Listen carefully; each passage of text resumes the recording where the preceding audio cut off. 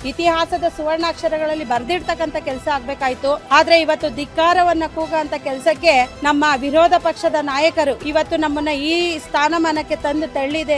ನಿಜವಾಗ್ಲೂ ನಕಲಿ ಗಾಂಧಿಗಳು ಅನ್ನೋದಕ್ಕೆ ಇದೊಂದು ದಿಟ್ಟವಾದ ಉದಾಹರಣೆ. ಅವರು ನಕಲಿ ಕುಟುಂಬದಿಂದಲೇ ಬಂದು ಇವತ್ತು ದೇಶಕ್ಕೆ ನಕಲಿಯನ್ನ ಮಾಡ್ತಿದ್ದಾರೆ. ಯಾಕೆಂದ್ರೆ ಮಹಿಳಾ ಶಕ್ತಿ ಅನ್ನೋದು ಕೇವಲ ಮತದಾನ ಮಾಡುವುದಕ್ಕೆ ಮಾತ್ರ ಸೀಮಿತವಾಗಬಾರ್ದು. ದೇಶದ ಪ್ರಗತಿಗೆ ನಾವು ಸೀಮಿತರಾಗಿದ್ದೇವೆ. ನಾರಿಯರು ಇಲ್ಲದೆ ಇರ್ತಕ್ಕಂಥ ಭಾರತನ ನೆನಪಿಸಿಕೊಳ್ಳುವುದಕ್ಕಾದ್ರೂ ಸಾಧ್ಯ ಆಗುತ್ತಾ ಸರ್? ಇವತ್ತು ಸಂತೋಷ ವ್ಯಕ್ತಪಡಿಸಬೇಕಾಗಿರ್ತಕ್ಕಂಥ ದಿನ ಆಗ್ಬೇಕಾಯಿತು. ಇತಿಹಾಸದ ಸುವರ್ಣಾಕ್ಷರಗಳಲ್ಲಿ ಬರೆದಿಡ್ತಕ್ಕಂಥ ಕೆಲಸ ಆಗ್ಬೇಕಾಯ್ತು. ಆದ್ರೆ ಇವತ್ತು ಧಿಕ್ಕಾರವನ್ನ ಕೂಗಂತ ಕೆಲಸಕ್ಕೆ ನಮ್ಮ ವಿರೋಧ ಪಕ್ಷದ ನಾಯಕರು, ಇಂಡಿಯಾ ಕೂಟ ಹಾಗೂ ಕಾಂಗ್ರೆಸ್ ಸರ್ಕಾರ ಇವತ್ತು ನಮ್ಮನ್ನ ಈ ಸ್ಥಾನಮಾನಕ್ಕೆ ತಂದು ತಳ್ಳಿದೆ ಅಂದ್ರೆ ಅವರ ಮನಸ್ಥಿತಿ ಯಾವ ರೀತಿ ಇದೆ ಅಂತ ಹೇಳ್ಬಿಟ್ಟು ನಾವು ಯೋಚನೆ ಮಾಡಬೇಕಾಗಿದ್ದು ಪ್ರತಿಯೊಬ್ಬ ಮಹಿಳೆಯನ್ನು. ಯಾಕಂದ್ರೆ 33% ಮಹಿಳಾ ಮೀಸಲಾತಿಯನ್ನ ನಾರಿ ಶಕ್ತಿ ವಂದನ್ ಅಧಿನಿಯಮದ ಅಡಿ ಕೊಡಬೇಕು ಅಂತ ಹೇಳಿ ನೆನೆ ಮತದಾನವನ್ನು ಹಾಕಿದಾಗ ಕೇವಲ 298 ಮತಗಳು ಬಂದಿದೆ. 226 ಮತಗಳನ್ನು ನೀವು ವಿರೋಧವಾಗಿ ವ್ಯಕ್ತಪಡಿಸಿದ್ದೀರಾ. ಅದರಲ್ಲಿ ಮಹಿಳೆಯರು ಇದ್ದಾರೆ ಹಾಗೂ ನಮ್ಮ ಪ್ರಿಯಾಂಕಾ ಗಾಂಧಿನೂ ಇದ್ದಾರೆ. ನಿಜವಾಗ್ಲೂ ನಕಲಿ ಗಾಂಧಿಗಳು ಅನ್ನೋದಕ್ಕೆ ಇದೊಂದು ದಿಟ್ಟವಾದ ಉದಾಹರಣೆ. ಯಾಕೆ ಅಂತ ಹೇಳ್ತೀನಿ ಅಂದ್ರೆ ಅವರು ನಕಲಿ ಕುಟುಂಬದಿಂದಲೇ ಬಂದು ಇವತ್ತು ದೇಶಕ್ಕೆ ನಕಲಿಯನ್ನ ಮಾಡ್ತಿದ್ದಾರೆ. ವಿರೋಧ ಪಕ್ಷದಲ್ಲಿ ಕೂತ್ಕೊಂಡು ಮಹಿಳೆಯರಿಗೆ ಮಾಡಿರ್ತಕ್ಕಂಥ ಅವಮಾನ ಇವತ್ತು ಈಗ ಬಿಜೆಪಿಯಲ್ಲಿ ಮೋದಿಜಿಯವ್ರನ್ನ, ಅಮಿತ್ ಶಾ ಅವ್ರನ್ನ ವಿರೋಧ ವ್ಯಕ್ತಪಡಿಸಿರೋದಲ್ಲ, ಇಡೀ ಭಾರತ ದೇಶದ ನಾರಿಯರ ವಿರುದ್ಧವಾಗಿರ್ತಕ್ಕಂಥ ಕೆಲಸವನ್ನ ಇವರು ಮಾಡಿದ್ದಾರೆ.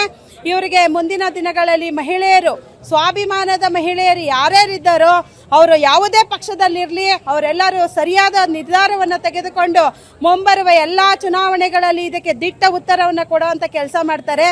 ಯಾಕೆಂದ್ರೆ ಮಹಿಳಾ ಶಕ್ತಿ ಅನ್ನೋದು ಕೇವಲ ಮತದಾನ ಮಾಡುವುದಕ್ಕೆ ಮಾತ್ರ ಸೀಮಿತವಾಗಬಾರ್ದು. ದೇಶದ ಪ್ರಗತಿಗೆ ನಾವು ಸೀಮಿತರಾಗಿದ್ದೇವೆ. ಅನೇಕ ವಿಚಾರಗಳನ್ನು ಹಂಚಿಕೊಂಡು ಸಮಾಜಕ್ಕೆ ಒಳ್ಳೆಯ ಸುಧಾರಣೆಯನ್ನ, ಭ್ರಷ್ಟಾಚಾರ ಮುಕ್ತ ಭಾರತವನ್ನ ಈಗ ಏನ್ ನಮ್ಮ ನರೇಂದ್ರ ಮೋದಿಜಿಯವರು ಮಾಡ್ತಿದ್ದಾರೆ, ಅವರಿಗೆ ನಾವು ಮಹಿಳೆಯರೆಲ್ಲ ಬಲ ಕೊಟ್ಟು 33% ಆಗಿದ್ರೆ 850 ಸಂಸದರ ಜೊತೆ ಮಹಿಳೆಯರು ಕೂತ್ಕೊಂಡು ಅರ್ಧಕ್ಕರ್ಧ ಜನ ಸಂಸತ್ತು ಎಷ್ಟು ಸುಂದರವಾಗಿ, ವಿಧಾನಸೌಧ ಎಷ್ಟು ಸುಂದರವಾಗಿರ್ತಿತ್ತು. ನಾರಿಯರು ಇಲ್ಲದೆ ಇರ್ತಕ್ಕಂಥ ಭಾರತನ ನೆನಪಿಸಿಕೊಳ್ಳುವುದಕ್ಕಾದ್ರೂ ಸಾಧ್ಯ ಆಗುತ್ತಾ? ಎತ್ರ ನಾರಿಯಂತೆ ಪೂಜ್ಯಂತೆ ತತ್ರ ದೇವತಾ ಲಾಂಛನ ಅಂತ ಏನು ಕೇಳ್ತಾರೆ. ಎಲ್ಲಿದೆ ಹೆಣ್ಣು ಮಕ್ಕಳನ್ನು ಪೂಜೆ ಮಾಡ್ತಾರೋ ಆ ಭಾಗದಲ್ಲಿ ಹೆಣ್ಣಿಗೆ ತುಂಬಾ ಗೌರವ ಇರುತ್ತೆ, ಆ ದೇಶ ಅಭಿವೃದ್ಧಿವಂತ ಹೋಗುತ್ತೆ. ಅಂತ ದೇಶದಲ್ಲಿ ಹುಟ್ಟಿದ ನೀವು ಯಾವುದೋ ವಿದೇಶದಿಂದ ಬಂದಿರೋ ಮಹಿಳೆಯರು ಅನ್ನೋದಕ್ಕೆ ಸಾರ್ಥಕ ಮಾಡಿಬಿಟ್ರಲ್ಲ. ಇವತ್ತು ನಮ್ಮನ್ನ ಎಷ್ಟು ಹೊಟ್ಟೆ ಉರಿತಾ ಇದೆ ಅಂದ್ರೆ, ಇವತ್ತು ಹಾಲು ಕುಡಿದು ಸಂಭ್ರಮ ಪಡಬೇಕಾಗಿರೋರು ಹಾಲಾಹಲವನ್ನ ಹೊರ ಹಾಕಂತ ಕೆಲಸವನ್ನ ನೀವತ್ತು ಮಾಡಿದ್ದೀರಾ. ಇದಕ್ಕೆ ಇಡೀ ನಾರಿ ಶಕ್ತಿ ನಿಮಗೆ ಕಳಂಕರಹಿತವಾದ ಒಂದು ಹೆಸರನ್ನ ಕೊಡುತ್ತೆ.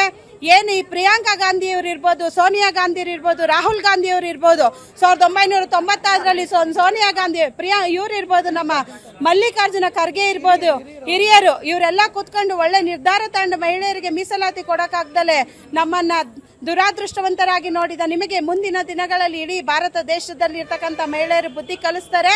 ಅದಕ್ಕೆ ಇವತ್ತಿನ ಎಲ್ಲ ಹೋರಾಟಗಳು ಸಾಕ್ಷಿಯಾಗಿದೆ. ಈ ಭಾರತದಲ್ಲಿರ್ತಕ್ಕಂಥ ನಾರಿಯರನ್ನ ನೀವು ತುಳಿಯುವಂತ ಕೆಲಸ ಮಾಡಿದ್ದೀರಾ. ಅವರ ಹಕ್ಕನ್ನ ನೀವು ಕಿತ್ಕೊಂತ ಇದ್ದೀರಾ. ಈ ರೀತಿ ಹೋರಾಟ ಮಾಡೋದ್ರ ಮುಖಾಂತರ ನಿಮಗೆ ಸರಿಯಾದ ಎಚ್ಚರಿಕೆಯನ್ನು ಕೊಡ್ತಾ ಇದ್ದೀವಿ.